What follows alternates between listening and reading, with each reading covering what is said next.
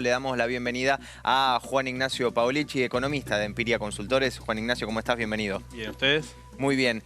Bueno, Juan Ignacio, un número que esperado, por lo menos en las últimas semanas, una desaceleración de la inflación. ¿Qué perspectivas puede llegar a tener? Mira, la inflación se aceleró mucho, no solo entre marzo y abril, sino desde 2018 para acá. Digamos, veníamos de un régimen donde la inflación daba 30, 35, pasamos a que dé 55 en el 2021 post pandemia. Hoy, con que la inflación de 4 de acá hasta que termine el año, ya estamos en 70 de inflación en el año. Las perspectivas es que si vos no tenés algo que te ancle, no tenés forma de que dé menos que eso. Es decir, ¿por qué la gente fijaría precios o pediría salarios al 3%? Si tenemos paritarias al 60%, ¿no? Que es más o menos un 4% mensual.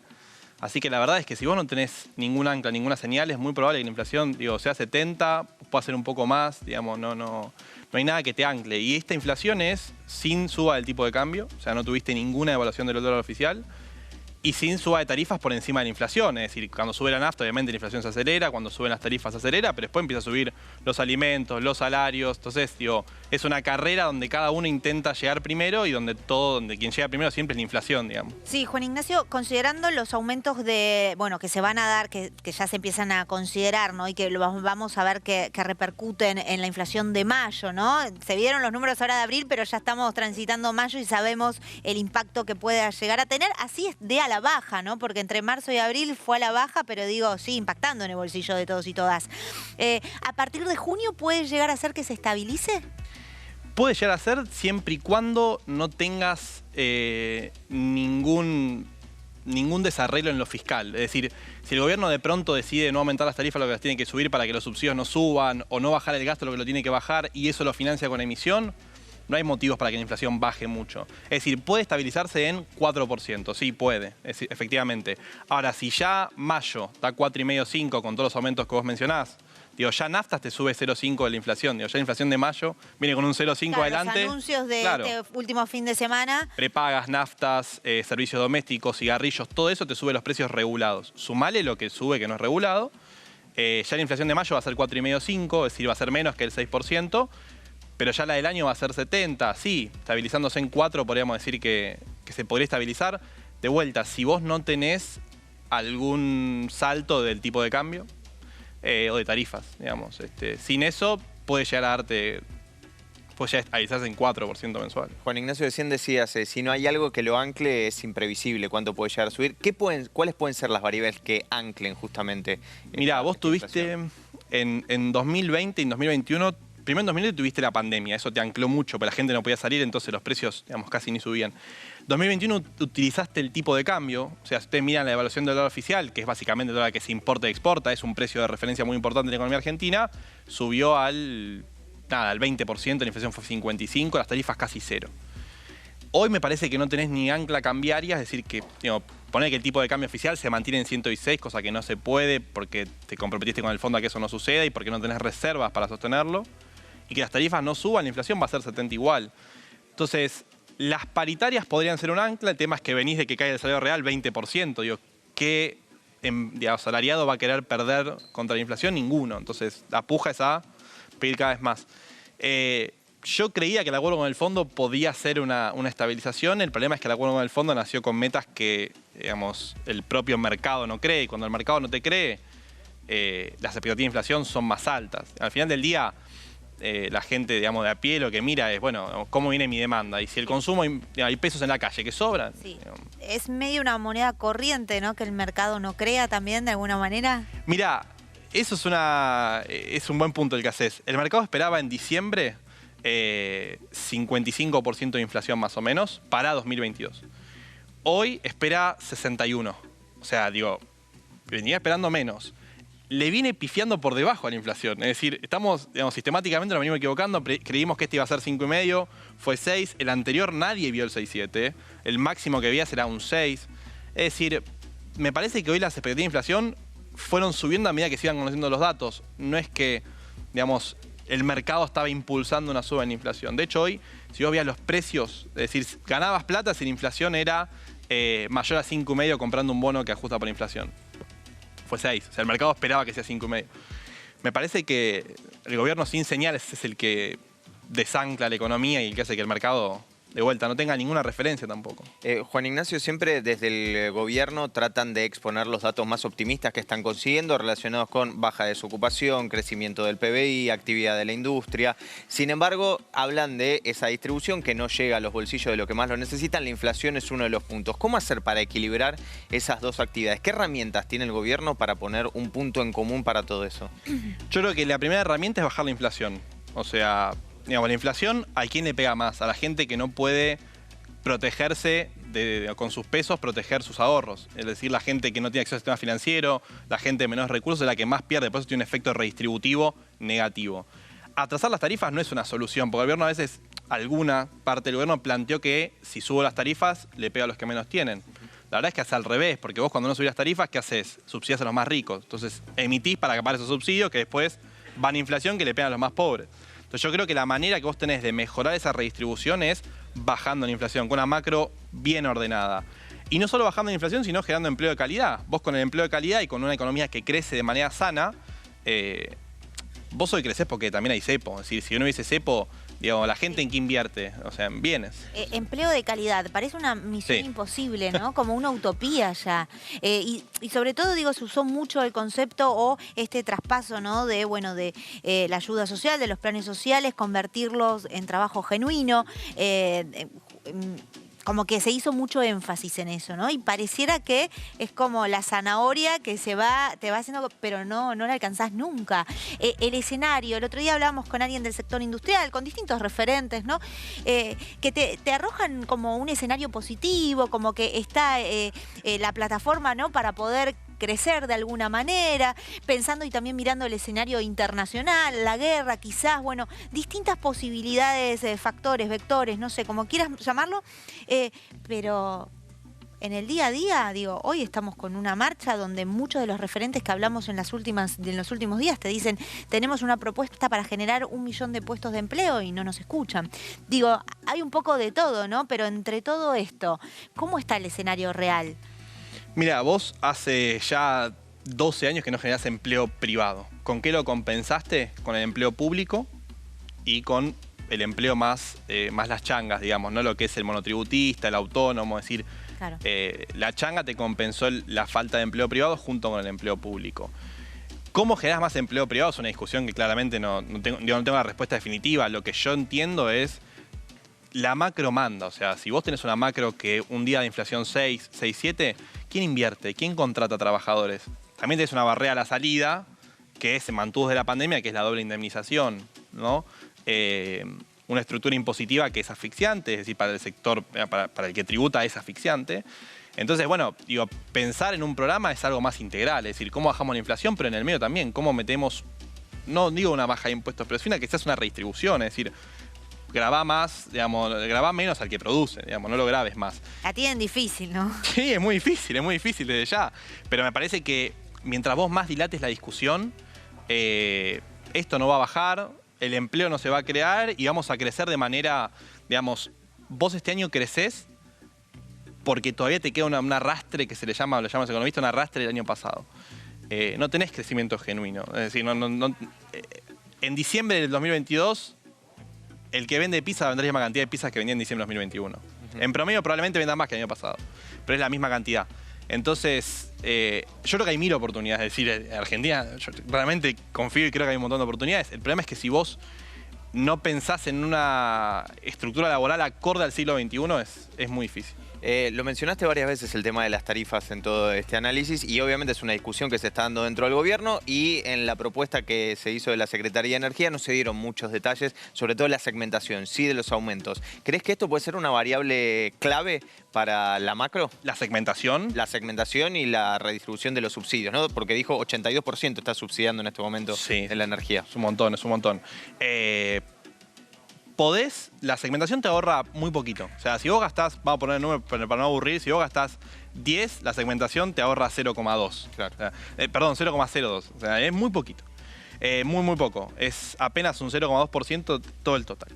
Entonces, la idea, lo que se presentó por lo menos, después si resulta otra cosa, es decir, si de pronto nos presenta un mapa de segmentación que vaya más por ingresos y que no sea solamente al 10%, es otra cosa, es otra discusión. Ahora, como estuvo presentado, me parece que ahorra poco.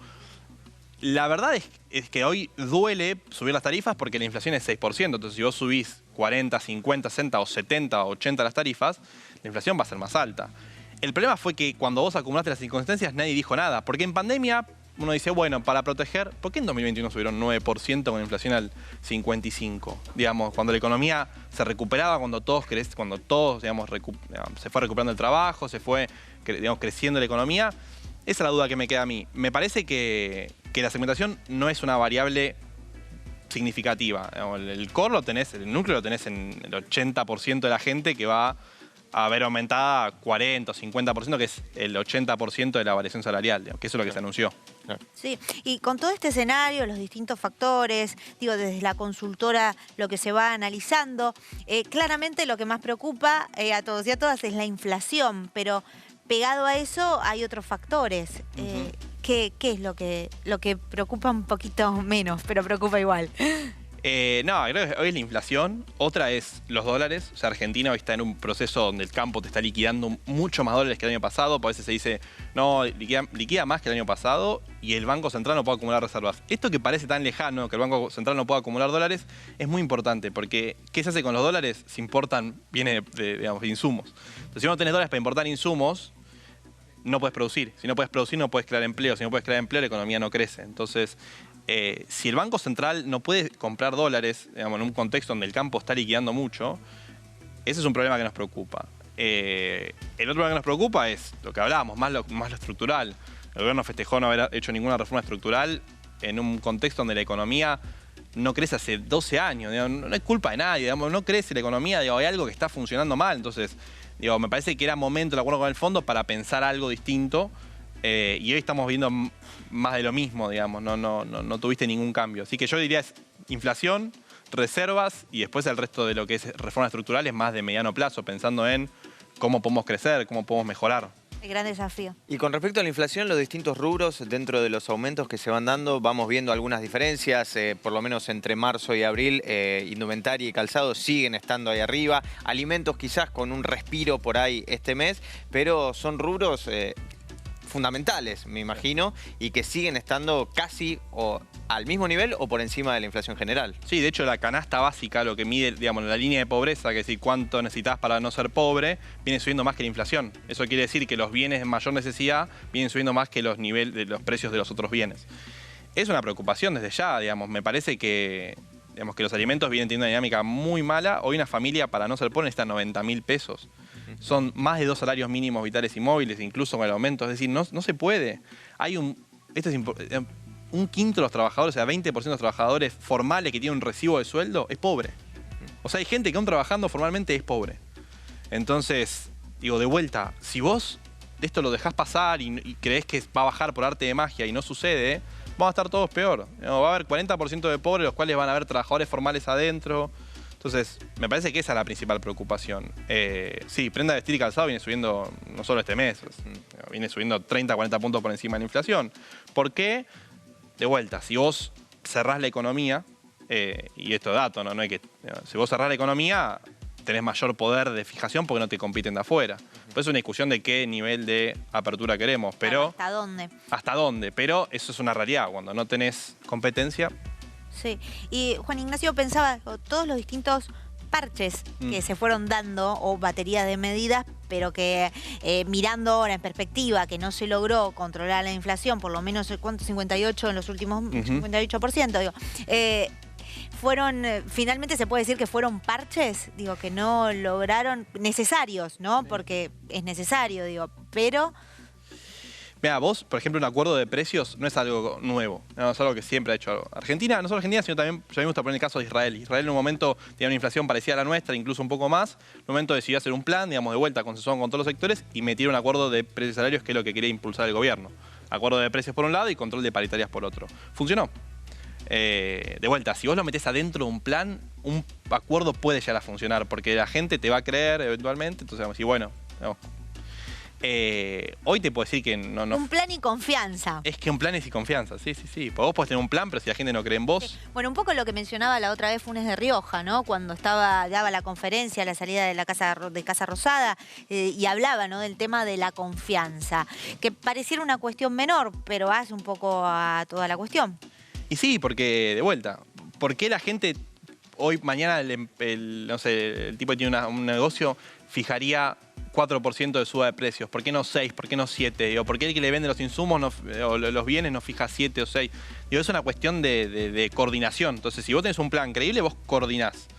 Cuando no lo tenés, no funciona. Y el parche de este fondo del trigo no funcionó porque, de vuelta, vos no tuviste...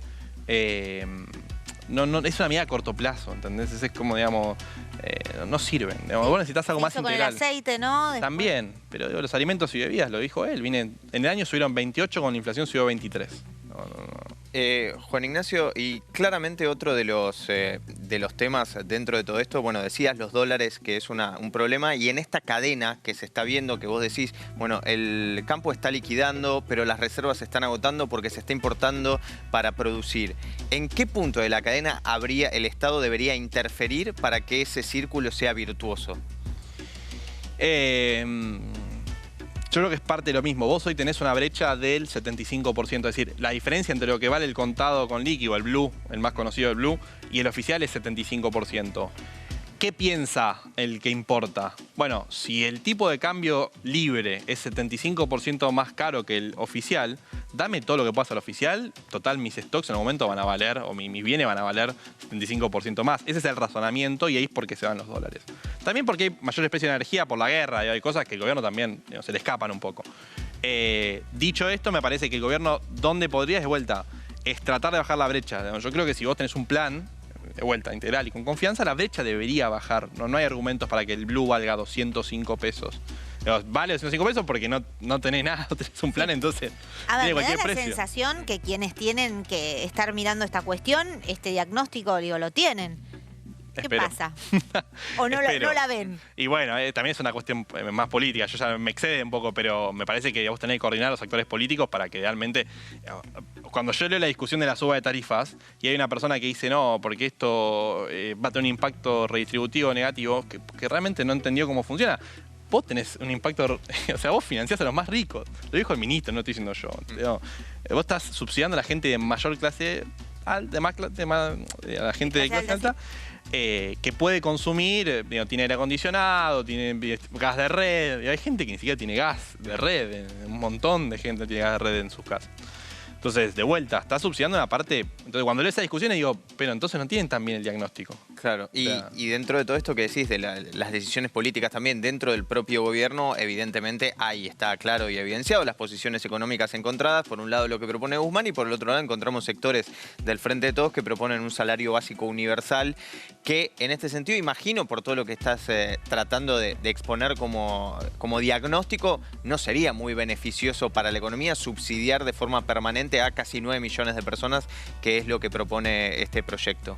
Y no, lo sostenible es de vuelta, tratar de generar empleo privado, digo, porque el sector público tiene un déficit de 4 puntos, digo, si no, bueno, uno podría pensar en otro tipo de Estado, ya el Estado no puede financiarse a sí mismo, digo, pensemos con generar empleo privado, creo que ahí está la clave. Si vos, la solución es subsidiar y lo haces imprimiendo, va a cobrar 100 hoy, mañana va a cobrar 80 y en un año va a cobrar 50 pesos, y no vas a poder...